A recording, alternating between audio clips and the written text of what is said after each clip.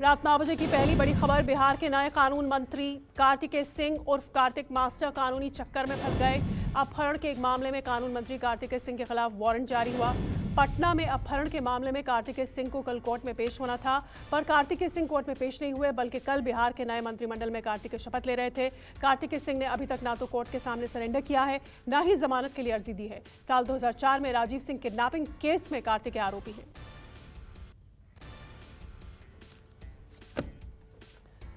बिहार में नई सरकार के खिलाफ बीजेपी आक्रामक हुई। बीजेपी ने कहा, नई सरकार का मतलब बिहार में जंगल राज है।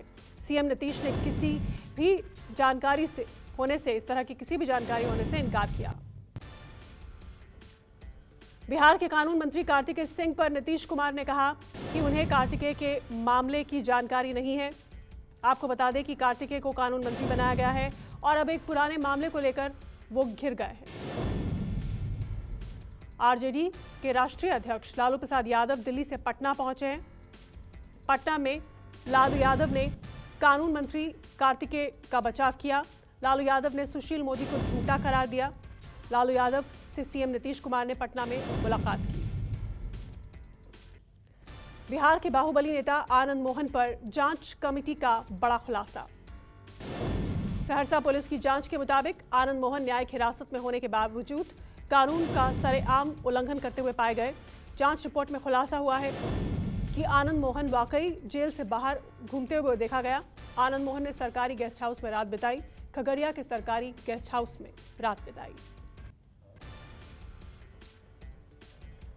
भारतीय जनता पार्टी ने बुधवार को अपने नए संसदीय बोर्ड और चुनाव समिति का गठन कर दिया है।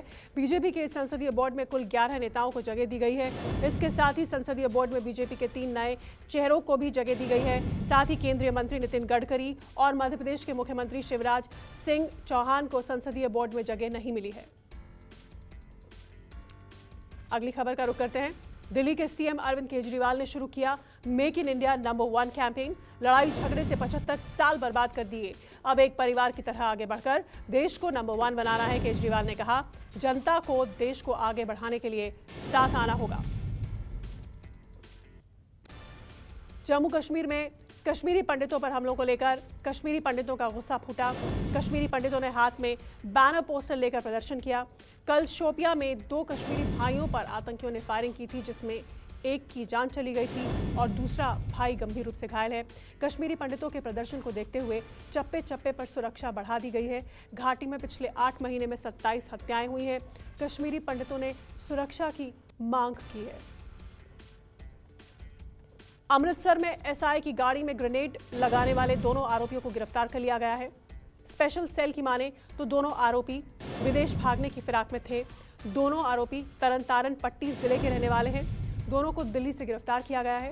स्पेशल सेल दोनों को अमृतसर लेकर पहुंची है, जहां पूछताछ जारी है। आपको बता दें कि कल एसआई की गाड़ी के नीचे ग्रेनेड लगाया गया था और ये करते हुए आरोपी सीसीटीवी में कैद हुआ था। बिल्किस बानो के दोषियों की जेल से रिहाई के बाद सियासत तेज हो गई है। राहुल गांधी ने ट्वीट करके गुजरात की बीजेपी सरकार को घेरा। कहा, नारी शक्ति की झूठी बातें करने वाले देश की महिलाओं को क्या संदेश दे रहे हैं। राहुल गांधी ने ट्वीट में लिखा, 5 महीने की प्रेग्नेंट महिला से रेप और उनकी 3 साल की बच्ची की हत्या करने वालों को आज़ादी के अमृत महोत्सव के दौरान रिहा किया गया। आपको बता दें कि 2 दिन पहले बिल्किस बानो सामूहिक रेप और 7 लोगों की हत्या के मामले में सभी 11 दोषी रिहा हो गए थे। महंगाई के खिलाफ कांग्रेस का हल्ला बोल। पार्टी आज से 23 अगस्त तक हर विधानसभा में महंगाई चौपाल लगा रही है। सभी विधानसभा क्षेत्रों के मंडलों, खुदरा बाजारों के साथ कई जगहों पर महंगाई चौपाल लगाई जाएगी। हफ्ते भर चलने वाले इस आंदोलन का समापन 28 अगस्त को दिल्ली के रामलीला मैदान में होगा। हिमाचल प्रदेश चुनाव को लेकर आम आदमी पार्टी ने तैयारी तेज कर दी है। दिल्ली के उप मुख्यमंत्री मनीष सिसोदिया और पंजाब के सीएम भगवंत मान शिमला के टाउन हॉल में कार्यक्रम करेंगे। इस कार्यक्रम में आम आदमी पार्टी की तरफ से हिमाचल प्रदेश के लोगों से पहला चुनावी वादा किया जाएगा। गुजरात और हिमाचल प्रदेश में आम आदमी पार्टी ने पूरा जोर लगा दिया है। राजस्थान के मुख्यमंत्री और गुजरात चुनाव के पर्यवेक्षक अशोक गहलोत का आज वडोदरा दौरा। कल खराब मौसम की वजह से गहलोत का ये दौरा टल गया था। गहलोत अगले 2 दिन चुनाव की रणनीति पर प्रदेश पार्टी नेताओं, कांग्रेस नेताओं से मंथन करेंगे। अटारी बॉर्डर पर पहुंचे एक ट्रक से आरडीएक्स बरामद हुआ है। ट्रक से 900 ग्राम आरडीएक्स बरामद किया गया है। ये ट्रक पाकिस्तान के रास्ते अफगानिस्तान से ड्राई फ्रूट लेकर आ रहा था। अमृतसर के अटारी बॉर्डर पर पहुंचने पर जब ट्रक की छानबीन की गई तो इससे 900 ग्राम आरडीएक्स बरामद हुआ।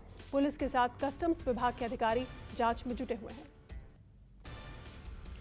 दूध के बढ़े दामों के बाद अखिलेश यादव ने बीजेपी पर निशाना साधा। कहा, बीजेपी सरकार में जिस तरह से दूध महंगा हो रहा है उसे देखकर तो ये लगता है कि अब लोग दूधो रहाओ जैसा आशीर्वाद नहीं दे पाएंगे। ट्वीट करके अखिलेश यादव ने बीजेपी पर तंज कसा। कहा, भाजपाइयों, बच्चों के मुंह से दूध तो मत छीनो। मध्य प्रदेश में उफान पर नर्मदा नदी। ओंकारेश्वर बांध के 17 गेट खोलने के बाद भी नर्मदा नदी में उफान है। नर्मदा नदी पुल पर आवागमन प्रतिबंधित किया गया। इंदौर इच्छापुर हाईवे पर वाहनों का रूट बदला गया है। छतरपुर में सुजारा बांध पर जलस्तर बढ़ने की वजह से पानी धसान नदी में छोड़ा गया। प्रशासन अलर्ट पर है। वहीं खरगोन के बड़वाह, मंडलेश्वर और महेश्वर में अलर्ट है।